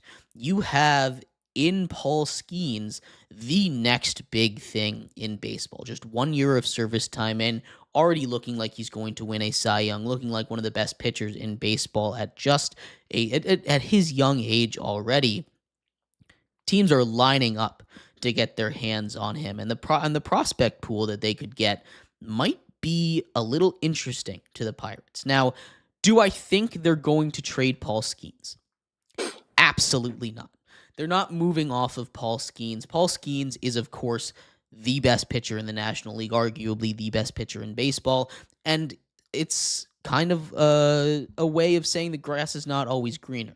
You want to build around him. You can't really do that by moving off of him, but you could get 3 or 4 top 100 prospects in all of baseball, as well as some other players that are a little bit more established for a guy like Paul Skeens, maybe the biggest trade package we have ever seen in Major League Baseball. And it's got a lot of head of steam because of how this organization has handled itself, right? Over the summer, when they should have been going all in on Paul Skeens, what they do is they bring in Andrew Heaney and they bring in Tommy Pham as their 2 big pieces. That is just not the answer for this Pirates team, and we're seeing how it's going. We're seeing how this Pirates team continues to struggle. They have a really solid pitching core. Jared Jones behind him is an ace in his own right. Maybe not at the same level as Paul Skeens, but he's not too far off if we're being honest. Mitch Keller as well over there. This is a very good Pirates pitching staff, but that batting order, that lineup really needs to improve, and they had the ability to do that. They had the money to do it this offseason. They're not investing, and at this point, if you're not investing in a guy like Paul Skeens when you have a guarantee that he's going to be there, you have to really think about trading him. Nolan, what are the Pirates doing? What does this look like, and is there even a shot that they move off of him? Well, first off, the Pirates what they're doing is being ran by a horrible general manager. Their GM stinks, and that has been known for years now. He has been there for a few years now, I believe. I'm not sure exactly how long, but he has not done a single thing with that organization for his time being there. Like you said earlier, historically they're cheap, and he's even cheaper. He refuses to pay his guys. That they're getting no big name guys. Paul Skeens is the biggest guy they've had come into the organization since Andrew McCutchen in 2012. I mean, young Andrew McCutchen was a time. That was the last time I heard it was fun to be a Pirates fan. It was when McCutchen was there in his younger years. I believe he's still there right now, but he's getting old. I mean, he's back there, but he's back for one last run, a 1-year contract, and he's gonna retire. I mean, they got nothing over there. Besides their pitching, which is, like you said, Paul Skeens, they have great pitchers behind them. They have no good hitters. And honestly, one thing, if they were to trade him, I think, 100%, I think they should. I really think they should trade Paul Skeens. And I think the best option they would to trade him to the Red Sox. Because the Red Sox farm system is so good, they can get so many good players. They can get the Red Sox have 3 of the top 5 prospects in baseball right now in their farm system. If they wanted to, they could trade Paul Skeens for those 3 guys and have a done deal. That'd be a great trade for both teams. But the Red Sox, not really known for having the best rotation of pitchers, brings in one of the best pitchers in the MLB, while the Pirates lose one of their best pitchers in the MLB while keeping 2 or 3 backup other aces, while bringing in 2 phenomenal outfielders and a great infielder, both all top 5 prospects right now. Yeah, you talk about a guy like Roman Anthony getting moved, the number 1 overall prospect in baseball. That would be blockbuster. You never really see that happen. He is a guy that I think Red Sox fans would legitimately riot if that happened. He is a guy that I think they see as untouchable. And for Paul Skeens, it's probably worth it. But you get Roman Anthony, you get a couple other top prospects from them. It's going to be a very, very interesting. That would be probably the best package, right? There's plenty of other ones out there. Other teams have multiple top 100 prospects, but getting the number 1 overall prospect, a guy that can instantly come in and make a difference for the bats, it's tough to give up a guy like Paul Skeens that's playing at not just a Cy Young level, but an MVP level. It's almost unheard of to get rid of a guy like that. You just can't really do that. So I don't really think it will happen. Like I said, the Pirates have said that it's not going to, but if it is, you bring up the Red Sox, that's probably the number 1 spot where it does go, because you can get a guy like Roman Anthony. You might be able to get a guy like Kirsten over there who's already come up and played, Kirsten Campbell, who's already come up and played second base for them. You get a lot of young guys. That's a lot to give up for a team that's already struggling a little bit, but you pair Paul Skeens with Garrett Crochet. That is the deadliest 1-2 punch that we have seen in a very, very long time in baseball, and that might be how they can compete with a team like the Yankees and Aaron Judge at the top of that division. I just don't really see it happening. As fun as it would be for a blockbuster trade like that to go through, it's just not a reality a lot of times, because the Pittsburgh Pirates, for as cheap as they are, they see good business when they see it. And if they were to move off of Paul Skeens, their fans would riot. We talk about the Boston Red Sox fan rioting, but their fans would riot. It doesn't matter who they get back. You lose Paul Skeens, you are not getting anybody to show up to that game. You might as well move the team to a different location. Pittsburgh is not showing up, which is a shame. It's a beautiful ballpark over there. But regardless of that, This is just a really interesting what-if scenario because I doubt with how things are going, you're going to be able to trade Paul Skeens. So you're going to be able to re-sign him, I should say. So this better be the all-in push, the wake-up call that the Pirates front office, owner, general manager need to get this ship going while you have the most exciting pitcher in baseball pitching at the level he is, because you have nothing ever guaranteed in the sport of baseball, especially the longevity and the health of a pitcher that can throw 100 miles an hour with ease. It's never easy to do. Don't really see that one happening. But we're going to take a quick break. When we come back, a little bit of hockey talk here for you. Game 1 of the Stanley Cup playoffs currently going on. The second period just about to end. The Florida Panthers up 3-2 right now. We'll break down what's going on over there as well as what might happen in the third period. Maybe some magical comebacks coming up here on the GSMC Sports Podcast.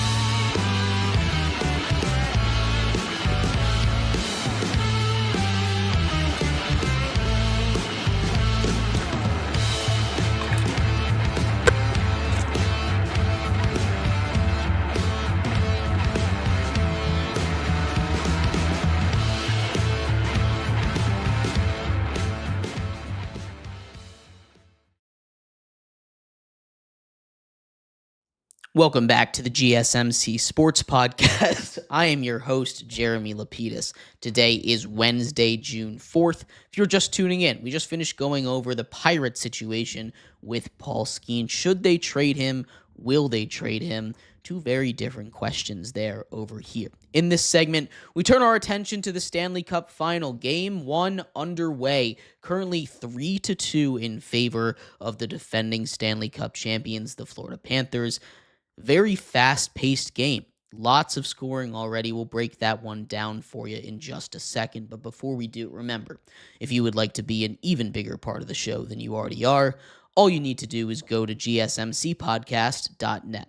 Or if you're on YouTube, you can use that super chat feature. If you do either of those two things, a message should pop up on the bottom of the screen for you, me, and everybody else around the world to see. If you do have a burning question about sports, anything at all that you would like to ask, go ahead and throw that in the comments. Throw it in the chat. I will get to it as soon as I possibly can. I appreciate everybody so much for sticking around, talking some sports with me here on a beautiful Wednesday, June 4th. But like I was saying, Nolan, we're going to get a little bit here into what's going on with the Stanley Cup Finals. The Florida Panthers, like I said, up 3-2, 1 minute, 48 seconds to go here in the second period. A little recap for you. There have been 5 total penalties, and that's the way that it goes. Power plays are the winner in this situation. We have a 3-2 game for the Panthers, 3 penalties on the Oilers, 2 penalties on the Panthers. Not all of these goals have been on power plays. In fact, the first goal just 66 seconds into the game by one Leon Draisaitl, setting up what seemed like was going to be not a great series for the Panthers, but they responded very quickly. 2 goals for them in the span of 2 minutes, one from Sam Bennett off of the skate that bounces in past Stuart Skinner. The other one from Brad Marchand, his 5th goal of the playoffs on the power play. The only power play goal of the night, despite all of the power play options or attempts that there have been. There's been a lot of great penalty kills so far tonight. Sam Bennett, his 2nd goal already in this series in the second period, extended the lead to 3-1 before Victor Arvidsson responded right away. bringing the lead right back down a minute and 17 seconds later to just 1 goal. But the story of this game has been that puck possession time. It was not great by the Panthers in that first period. They got a couple past Stuart Skinner. That's what they needed to do. But they didn't really own when it comes to shots. In this second period, it's been a lot more Panthers as the scoring has sort of just slowed down a little bit.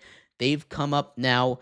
They were down in that shots. Now they've got 24 shots on goal, and they continue to dominate. The Florida Panthers dominating in that faceoff circle as well. They destroyed the Oilers in the first period. The Oilers have come back a little bit when it comes to faceoff, but still 61% of the faceoffs tonight have been won by the Florida Panthers, and that is going to be a huge piece. As I say, Evan Rodriguez high sticking against Leon Draisaitl. Oilers looking at making a comeback here. They've been the comeback kids so far these playoffs. Nolan, you give them a shot with a period and a little bit of change left going on the power play here? Absolutely. Edmonton is the team. Even though it's a rematch of last year, I want Edmonton to bring home the Stanley Cup this year. I think they deserve it.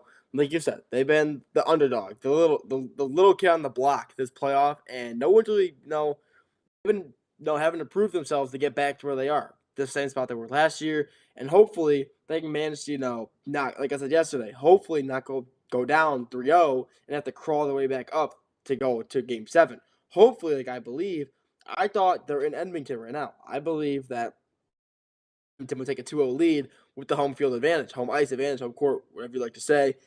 And right now, with a minute 13 left in the second period, the power play active 4 in favor of Edmonton. I think they can score on this possession here, hopefully tie the game up. And, it's not really helpful when your best player, Connor McDavid, he's not really doing much. He's got 1 shot on goal.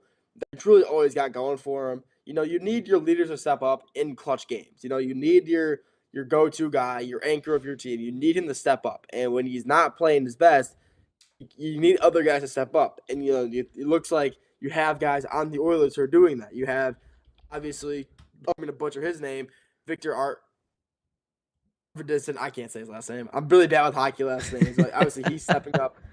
I'm not the most into it Edmonton fan. I'm not, their number one fan, but, I follow them a little bit. I'm a Red Wings guy, so, I know those names, but I don't know how to pronounce half these names. But, you got guys stepping up, and that's big in playoff time, especially when you're playing for the Stanley Cup. And hopefully, like I said, I want that Edmonton to bring home the title, bring home the cup, and hopefully they can manage to come out of this power play with a goal and end the game with a win.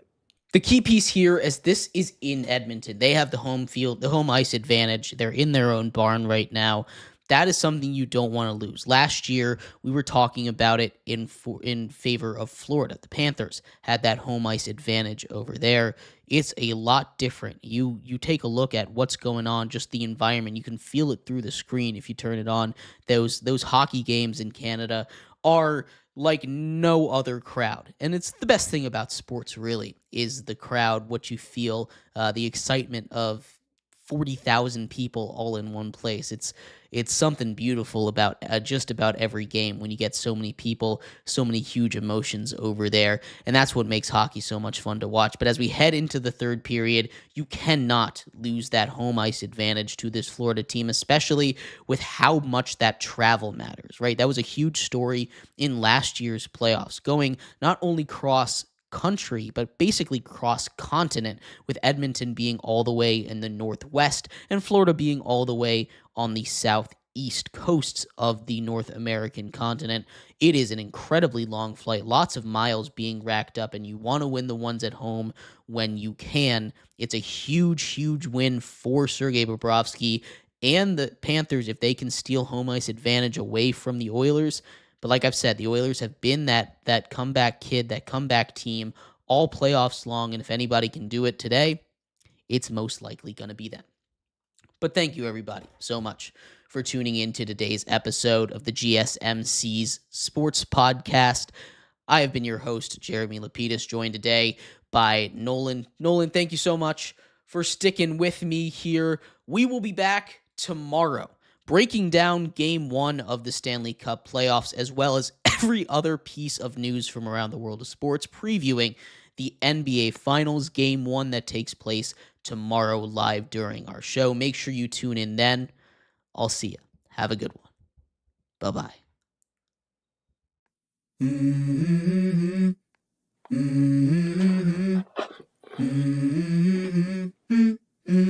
Let's go.